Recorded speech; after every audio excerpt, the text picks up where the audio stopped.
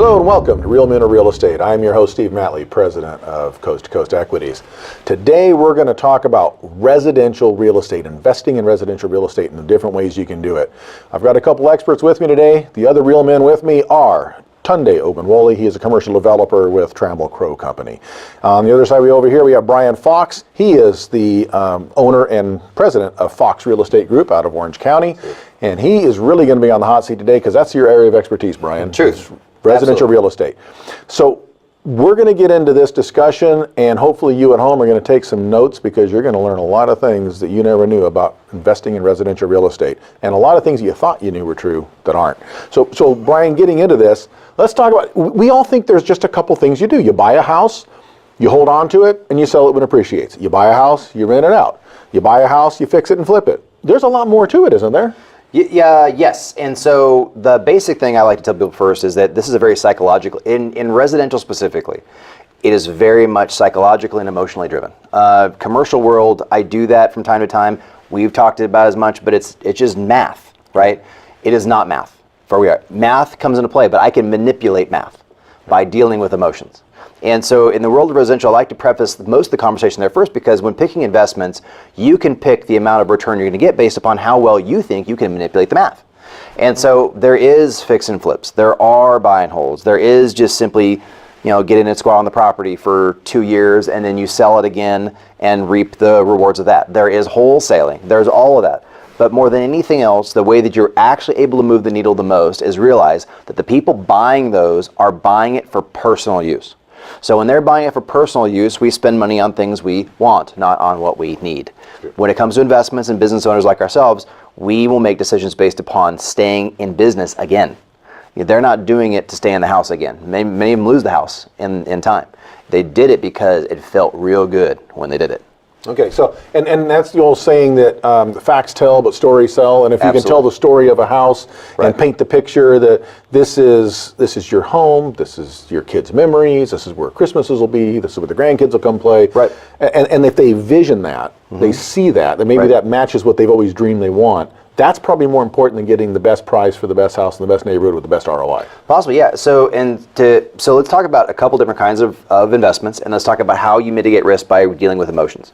So let's pretend we're talking about a first-time home buyer and the choices they will have. So if you're a first-time home buyer, you have a couple choices. You can buy up to 4 units under regular residential rules. Okay. So that means you can buy it as a primary residence. So I can get that as a basic residential mortgage as opposed to commercial. You can, absolutely. Right. 5 units and up falls into commercial, whole different down payment structure. You can buy a 4-unit building with an FHA loan, so you can put 5% down on that deal. Okay. So if you found a 4-unit building, you could live in 1, rent out 3, and it still qualifies as a primary residence. However, it covers a couple different hats. One of them is I get my primary tax deduction. Another one is it's also rental income. And then it also can become something you just buy and hold and you move out and you go do something else later. So you can accomplish a goal like that. But at the end of the day, the way to make it more valuable is to build in entertainment value. So the lifestyle I'm going to possess living here. So if like for instance, if it's a small lot, you better make sure that whatever small amount of lot it has, you can hang out there and you can enjoy a cup of coffee, a cup of wine. You have to build in, like you said, the theme of what you want to envision a life being. And what people will alienate a property for, alienate an investment for, has everything to do with what it does not have, not what it has. So it can have everything and be next to somebody who happens to smoke and they will not buy it because, man, I don't want to be next to that every day. Has nothing to do with this house, and that guy, as far as you know, he's visiting. But the reality is, they will not buy it based upon what it doesn't have. So building in an entertainment value, you're looking at something like Pinterest.com, where they show you all the stuff of how things could be, and putting that into your property, whether it is a rental or it increases the value because you're dealing with the psychology of what humans are doing when they're trying to acquire stuff. But yes, you can, in buying those things, so you have the buy and hold, you have the multi-unit investment, you can do commercial, but for the sake of this, we'll stay out of that and just talk about what qualifies underneath the residential programs. And you can buy all those programs with the minimum down payment required of anywhere between, if it's an investment property, 20-25% down. If it is a non-investment personal residence, you can do with 3.5%, 5%, 10% down, and you can even use rents to qualify. Brian, some of the things that you talked about really resonated with me. You talked about a value add and the amenities. I hear that as amenities. And when it comes to single-family residence, whether it's 1 unit or 4, what are some of the amenities that you see people responding to? And again, it might change depending on where you are, but I think of pools or something like that. What are some of the amenities? And so here's what's neat. So in commercial, so you plan the space out too. So the same basic concept of amenities that you would do for any human being working through their life is the same thing that I would touch on residential. So like if I was in commercial, for instance, you might add, well, if we add a coffee bar, if we add this, if we add, bike racks or whatever things you think improve lifestyle, that stuff. And so in residential, even if I had a multi-unit property, I would invest in basic lifestyle stuff, even visually pleasing. I have a company, client of mine, that they flip multi-unit buildings. And this is becoming, it's most people know the residential stuff, flipping houses, but flipping large scale multi-unit buildings is becoming, and probably already passes now, a big thing. And so what they'll do is they'll take dilapidated buildings, they will buy them, they'll renovate all of the units with quartz countertops, new white shaker cabinetry, laminate floors, basic, and they may be spending $15,000 per unit, but they increase the rents by probably 20% per unit. So their total amount that they receive is, massive, and then they take it to guys like in commercial or large-scale investors and say, here's your new packaged business, and they sell the whole thing at a premium. But what they build in is nice walkways. They'll build in 220-volt plug-ins for like if you want to plug your car in. They accommodate for electric cars. Might be solar, might be not, but mainly it's aesthetically pleasing. I don't feel like I live in an apartment. So whatever you can do like that. Pools are not as big a deal as people think, honestly. Very nice paved backyards with pavers with like grass or just grass inlay. Kitchens are a must, bathrooms are a must, just very functionally and space pleasing, if that makes sense. So we're talking about different kinds of investment vehicles here, but the different choices in investment. Yeah, let's go on that. That also leads to different levels of risk. Totally. So kind of compare and contrast what the risk looks like between these different options. Sure. So, and I realize we kind of went down the bunny hole on presentation stuff, but it does make sense when you bring it back together. The better something looks, the better there's a customer at the other side who will take it from you.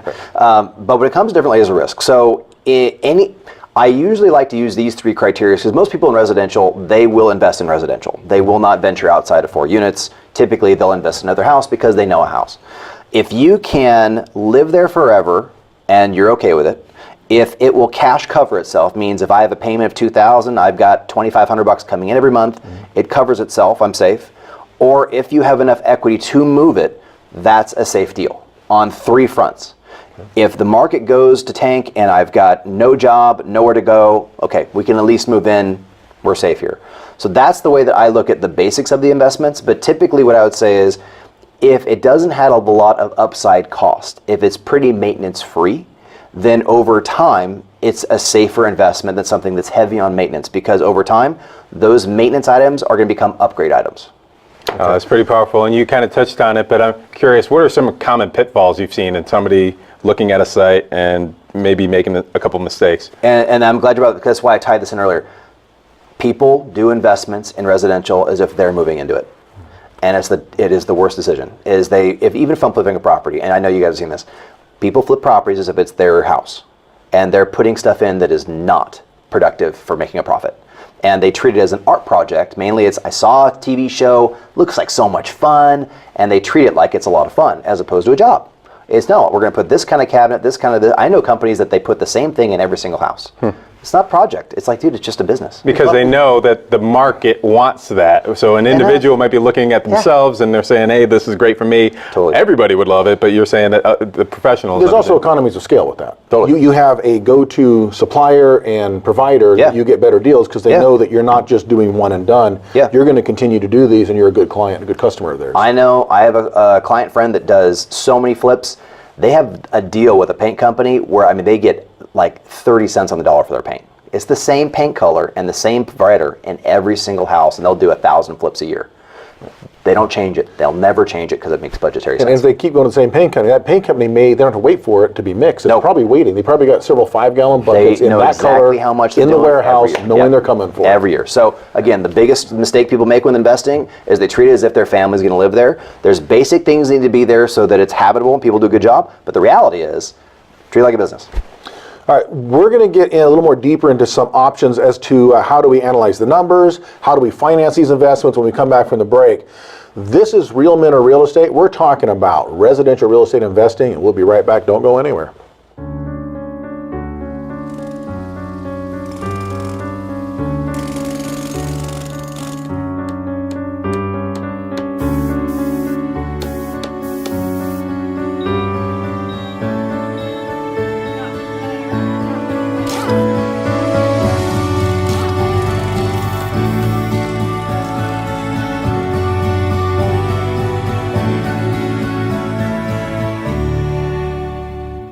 It appears these hot ashes are about to be dumped, which could possibly start a wildfire.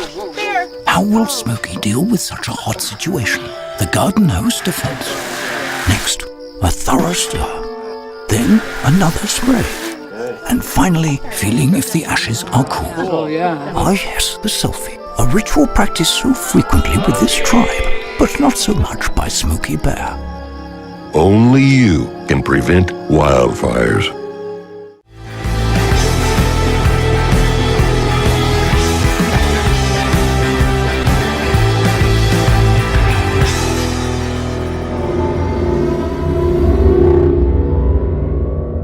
Welcome back to Real Men or Real Estate. I'm your host, Steve Matley, president of Coast to Coast Equities. We're talking today about investing in residential real estate and the different options with our two experts today. Tunde Ogunwole, he is a commercial developer with Trammell Crow Company, and Brian Fox, he is with Fox Real Estate Group out of Orange County, and he is our resident expert today on residential investing. And Brian, when we left for the break, you had kind of explained some different options we have, some of the pitfalls we get into. But if people want to get into this, I know there's a lot of emotion in this, but there are numbers. Yeah. And it has to make sense. So kind of get into how do we analyze the numbers to get into a residential investment? Sure. There's a couple phases. The first thing is determine how long you intend to own it.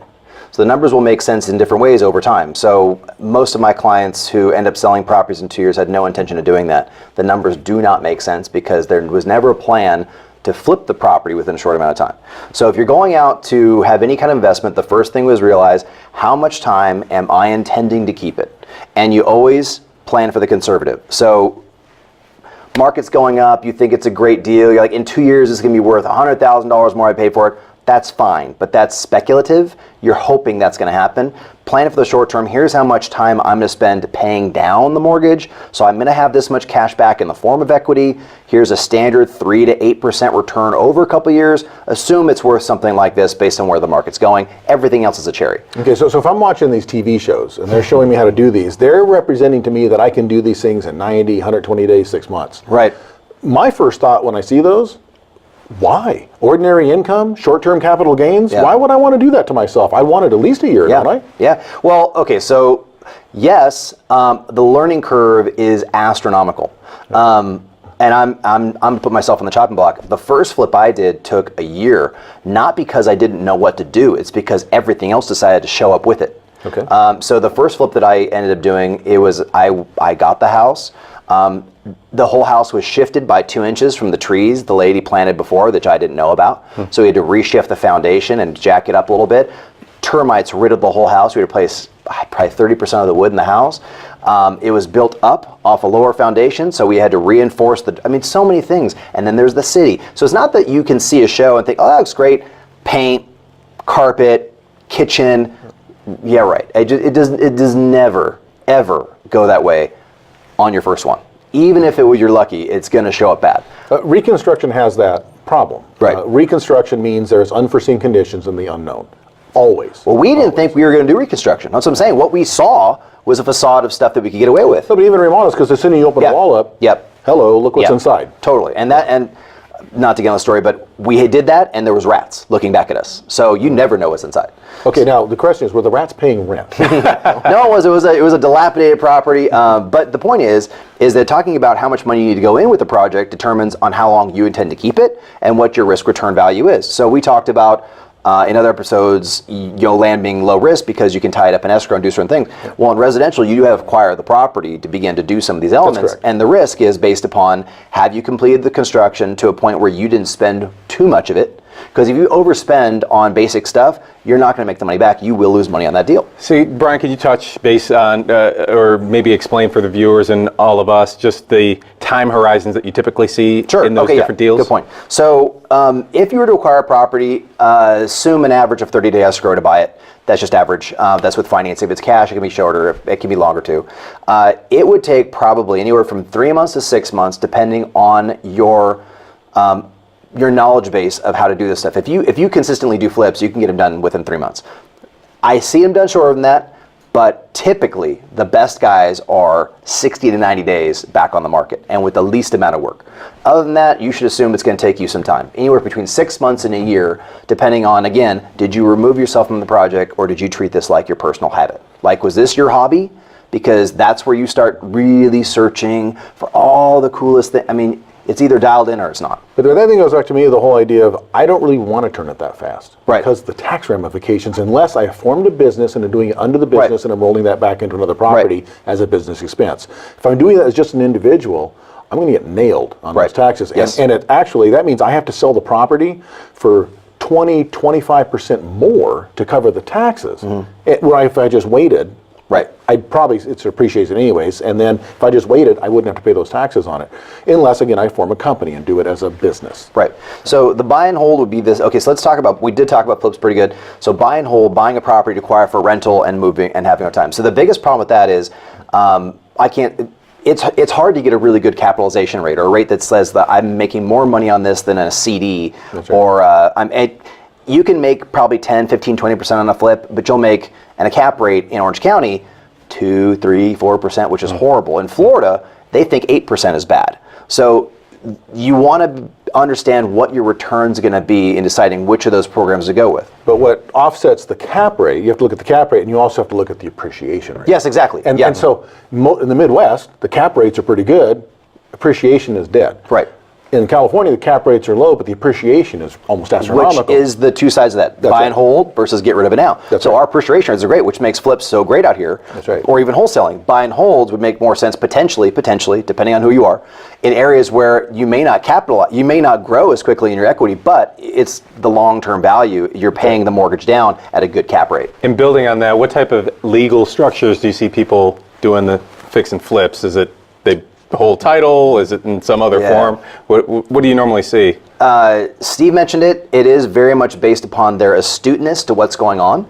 So the more seasoned people, every house is its own LLC. Okay. They're protected from every other house. They're protected from my own portfolio. So 123 Banana Lane, LLC. 124 Orange Avenue, Corp. Like, they're all protected. So if you sue somebody over the house, that's the target. Nothing else is touched. And because you're doing fixes on these houses, you could be sued for construction defects. Liability, yeah. Right. Yeah. So, but that would be the thing. So, you can choose both ways, and you can.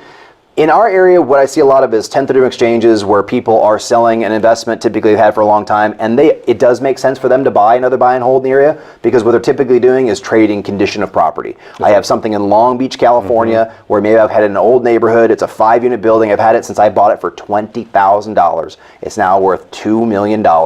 I just want to move that to Newport Beach and never think about it again, because they're not really worried about the upside of the equity. We have income, we're trading income. It's a safe and stable environment over there versus something that's a little bit more volatile. Or they use it as a part of their strategy to, using the appreciation, they 1031 to move up to larger properties in a series, what they call swap till you drop. Yeah, and right? you know what, talk on that for a second, because I'm talking about this, but that'd be good just to get into that so people understand it. Yeah, so you start off with the piece of property, and then you use that 1031 to get to the next piece up, which maybe you go to a larger piece of property with more units. And then you move that to a larger piece of property, more units in a higher rent area. And you keep building that up to where you started with maybe a duplex in a not so great neighborhood. And what you ended up with might be, 35 units somewhere in a pretty high rent area, because you kept swapping upward with that as the values grew. Yeah.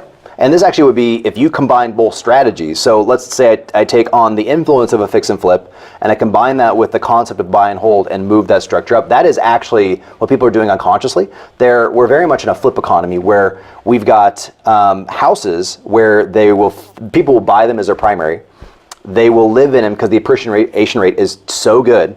2 years, all I got to stay there, and I can now move up to the next house. I'm just taking the equity and just trading it.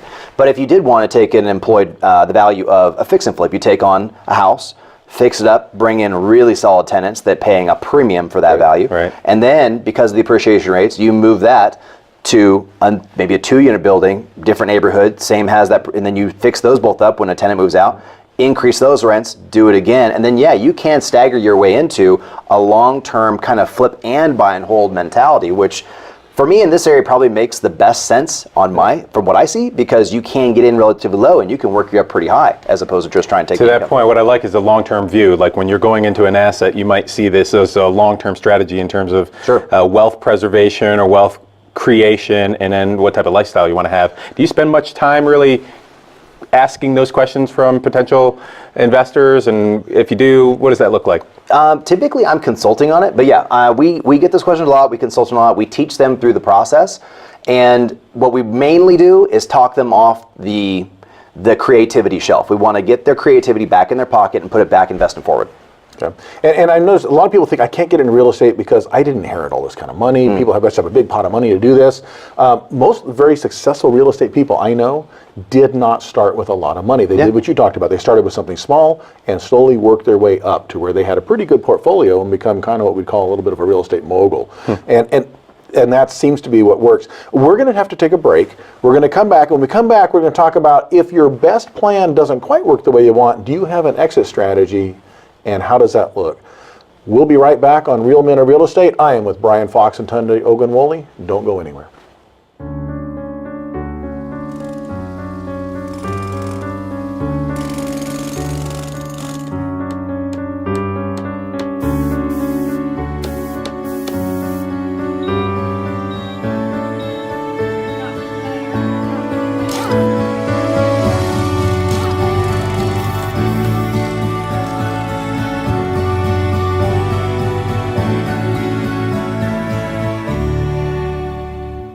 It appears these hot ashes are about to be dumped, which could possibly start a wildfire.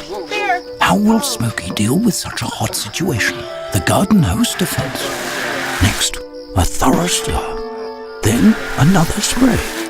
And finally, feeling if the ashes are cool. Oh, yeah. Ah yes, the selfie. A ritual practiced so frequently with this tribe, but not so much by Smokey Bear.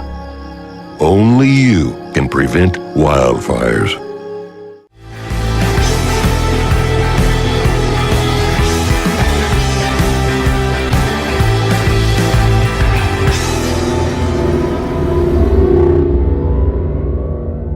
Welcome back to Real Men of Real Estate. Today we've been talking about investing in residential real estate with our experts, Tunde Ogunwole and Brian Fox.